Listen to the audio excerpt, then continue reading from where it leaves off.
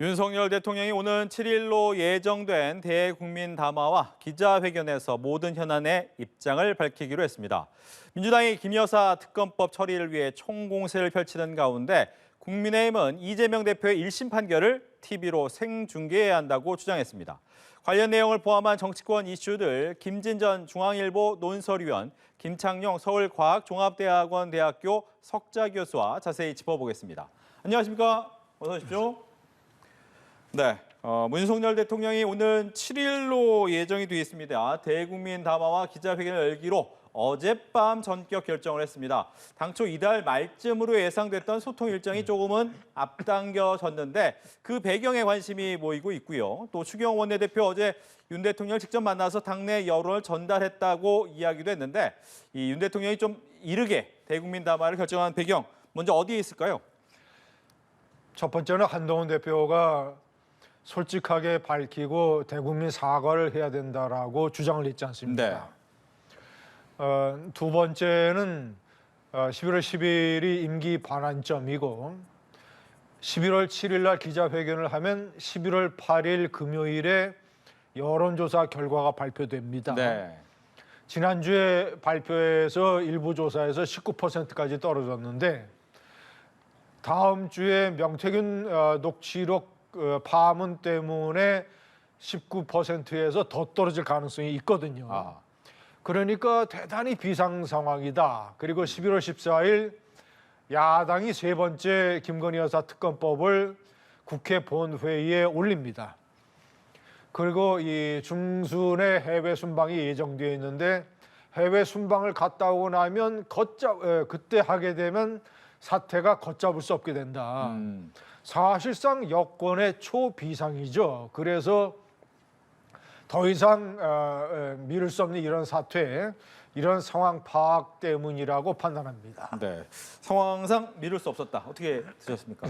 저는 이 전격적인 발표라는 점에서 네. 대통령 스스로가 정말 이 위기의식에서 나섰다기보다는 덩 떠밀려서 할 수 없이 나왔기 때문에 이번 국민과의 담화에 크게 기대할 것이 있는가. 오히려 해외 방문을 앞두고 여론 들끓는 것을 잠재우기 위한 그런 용도로 나온 것이 아닐까.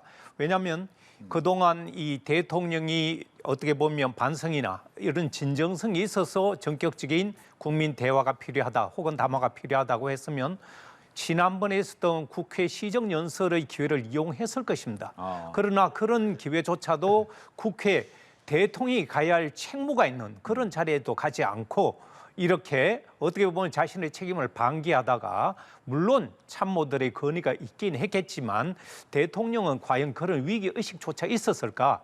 이번 해외 순방을 가기 위한 단순한 여론 잠재우기용 정도로 만든 것이 아닌가 이렇게 의심합니다. 네, 뭐 여러 주변에서 이제 얘기가 있었겠죠. 그 중에 한 사람이 이제 추 원내대표인 것 같긴 해요. 어제 직접 만났다라고 얘기를 했는데 이렇게 원내대표가 당내 목소리를 전달하는 게 어느 정도 효과가 있었다고 보십니까?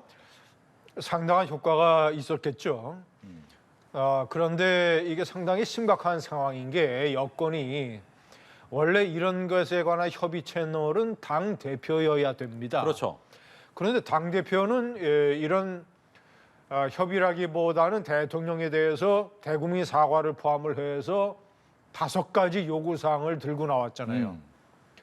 그러니까 윤석열 대통령과 이 한동훈 당 대표 간의 갈등은 계속 심화 악화되고 있고 사실상 윤석열 대통령의 당 파트너는 지금 추경호 원내대표다.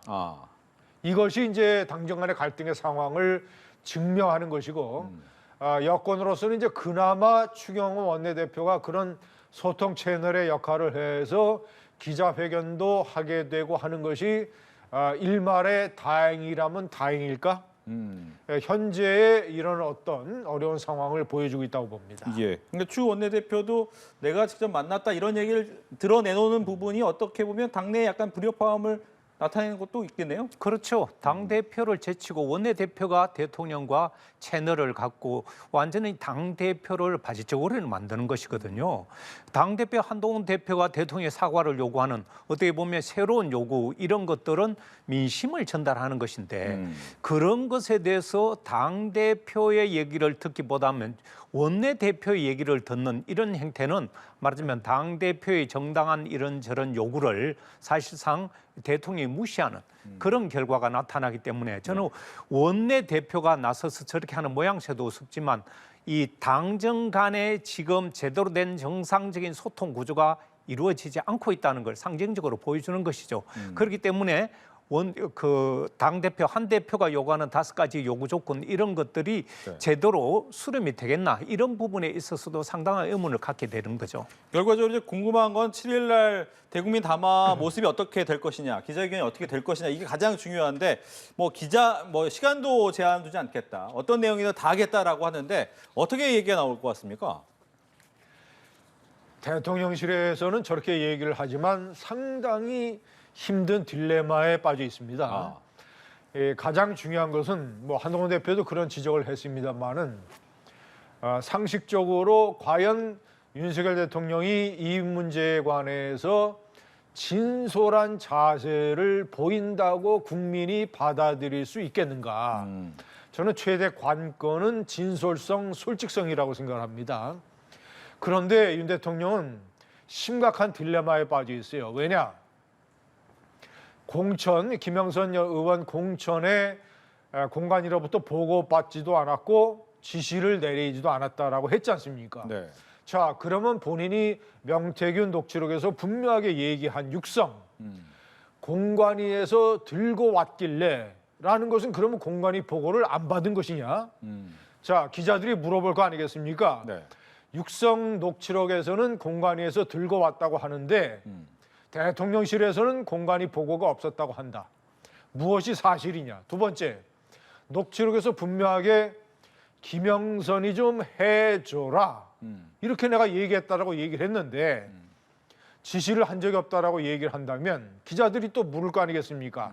김영선이를 좀 해줘라 하는 것은 지시입니까? 아닙니까? 대통령실에서는 명태균 씨 듣기 좋게 얘기했다라고 해명을 했는데 그러면 거꾸로 생각을 하면 경선 때부터 여러 차례 하여튼 가까운 곳에서 이준석, 김종인 이런 사람들 만날 때 배석을 했던 명태균 씨를 그러면 명태균 씨한테 공관위로부터 보고도 안 받고 지시도 한 적이 없는데 명태균 씨한테 그러면 거짓말을 한 게 되잖아요. 네. 명태균 씨 듣기 좋으라고 거짓말 한 게 되지 않습니까? 대통령실의 해명에 따르면. 자, 그러면 딜레마가 명태균 씨가 만약에 대통령이 기자회견에서 명태균 씨를 굉장히 별로 안 좋은 인상의 인물로 만약에 몰고 간다면 그래서 하도 김영선 공천을 얘기하길래 내가 듣기 좋게 얘기하려고 했다라는 식으로 하면 명태균 씨가 지금까지 보여온 스타일에 따르면 자신이 항상 공개적으로 몰리면 허풍쟁이라든가 사기꾼이라든가 이런 걸로 몰리면 꼭 녹취록이라든가 무슨 증거를 하나씩 내놨어요. 네. 그러면 상식적으로 봤을 때 대통령이 그런 입장을 취하면 명태균 씨가 반발을 해서 추가 폭로를 할 가능성도 있다. 그런데 대통령은 그렇게 할 수밖에 없는 게 이미 대통령실에서 공관위 보고를 받은 적이 없고 공관위에 지시한 적이 없다라고 얘기를 했지 않습니까? 그러니까 내가 공관위 보고를 받았고 지시했다라고 대통령이 기자회견에서 입장을 번복할 가능성은 거의 없다. 그래서 저는 굉장히 위험한 딜레마에 대통령이 빠져 있다고 봅니다. 네. 어떤 얘기를 해도 위험한 상황이다. 그건 윤 대통령이 지금까지 의도했던 의도하지 않았던 거짓말을 너무 많이 했습니다. 말이 바뀐 것이죠.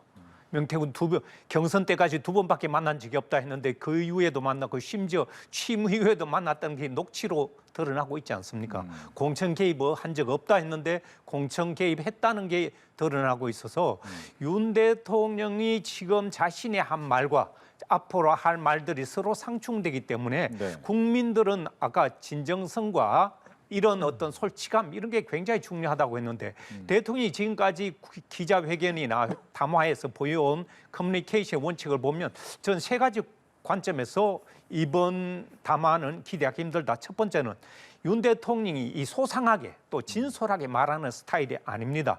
그동안 담화에서 이미 입증됐고요. 그래서 7일 날 있을 담아도 그 범주를 넘어가지 못할 것이다. 또 하나는 기자들이 질문을 추가적으로 받느냐. 질문은 받겠지만 추가 질문을 받아서 거기에 대한 구체적인 답변을 해주느냐 그런 식은 아니고 대통령이 일방적으로 얘기하는 식이기 때문에 상방 커뮤니케이션이 아니라 일방 통행식으로 끝난다. 그리고 마지막으로는 책임감 있는 대책 위주의 그런 대화가 아니라 보면 두루뭉실하게 뭉개면서 본질을 회피하는 식이기 때문에 앞으로 김건희 여사 특검법 문제도 얘기되고 명태균 씨 녹취록과 관련된 얘기 이런 것들에 대해서 구체적으로 대통령이 얘기하지 않을 것이다. 그렇기 때문에 이번 회담은 어떤 형태가 되더라도 국민이 기대할 것은 별로 없다. 저는 이렇게 봅니다. 네, 오는 7일에 대담이 과연 어떻게 나올지 봐야 될 것 같고요. 이제 민주당 얘기로 좀 넘어가겠습니다. 이제 민주당이 11월을 김건희 여사의 특검의 달로 정하면서 총공세죠. 뭐 특검 수용 위한 심야 동선까지 계속하겠다라고 하는데 민주당의 공세 좀 세졌어요. 왜냐하면 사실은 특검 이전에 검찰에서 이 김건희 여사 이런저런 문제가 이미 여러 가지 물증으로 드러났기 때문에 수사를 해야 되는데 검찰에 수사하지 않고 오히려 불기소 처분해버리다 보니까 우리나라의 수사기관의 어떻게 보면 수장 역할을 하는 검찰의 존재가 무용지물이 되다 보니까 이제는 특검밖에 없다. 심지어 한동훈 대표도 특검이 필요하다. 당위성에 대해서는 인정했을 정도로 특검을 얘기했는데 대통령의 거부권 행사로 계속 막히다 보니까 이 민주당 입장에서도 난감한 그런 상황이 돼버린 것이죠. 그러다 보니까 이제 여러 가지 다른 형태의 특검을 지금 밀어붙이고 있는데 11월은 사실상 어떻게 보면 마지막 기회가 아닌가. 그래서 지금까지 여당에서 4명이 이미 확보되게 추가로 4명만 확보하면 되거든요. 그래서 이 4명을 어떤 형태로든 확보해서 이 특검법을 통과시키려고 하는데 그러기 위해서는 여야가 함께 특검 법안에 대해서 논의가 돼야 되겠죠. 그런데 논의 자체가 안 되니까 민주당도 상당히 답답한 그런 입장일 겁니다. 예, 민주당이 뭐 지금 농성뿐만 아니라 주말마다 또 장외 집회도 하고 있고요. 어떻게 보고 계신지? 우선 그 한동훈 대표가 특검에 찬성한 적은 없고요. 사실관계를 이제 밝혀드리고 그리고 4명이 이탈을 했다라는 분석이 있는데 정확하게 따지면 2명이 이탈을 했어요. 왜냐? 이 특검법은 적극적으로 찬성을 해서 200명이 넘어야 통과가 되는 겁니다. 2명이 찬성을 했고 1명은 기권을 했고 1명은 표기 오류였어요. 그러니까 정확하게 2명이 이탈을 했고 추가로 6명이 이탈을 해서 찬성표를 찍어야 통과가 되는 겁니다. 자, 이제 야당으로서는 김건희 사태의 불길이 윤석열 대통령에게 직접 옮겨갔고 대통령의 명태균 녹취록이 나왔기 때문에 상황이 많이 달라져서 6명이 추가로 이탈을 할 수 있다라고 기대를 하는 것 같아요. 그래서 이제 특검의 달로 규정을 해서 밀어붙이는데 모든 것의 관건은 친한계가 얘기하는 것처럼 윤석열 대통령의 7일 회견에 달려 있습니다. 윤 대통령이 7일 회견에 두리뭉실하게 하고 본인의 체면만 생각하고 대충 뭐 유감이라는 이런 표현 정도로 넘어가려고 하고 공관위 보고를 받았느냐 내가 공관위 지시를 했느냐에 관해서도 소상하고 솔직하게 얘기하지 않고 그저 상황 묘면용으로 기자회견을 하면 저는 국민의힘에서 6표 이상 이탈을 해서 찬성에 가세할 가능성도 있다고 생각합니다. 왜냐?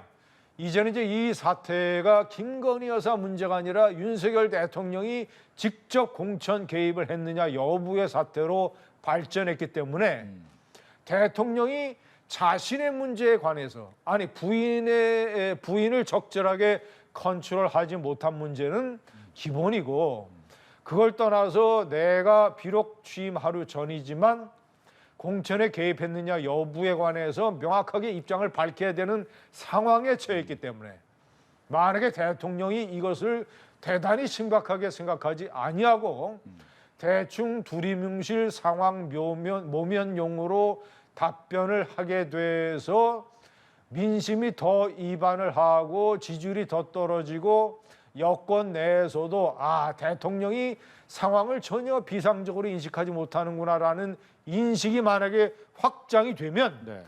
그러면 표결에서 6표 이상 이탈할 가능성도 있다.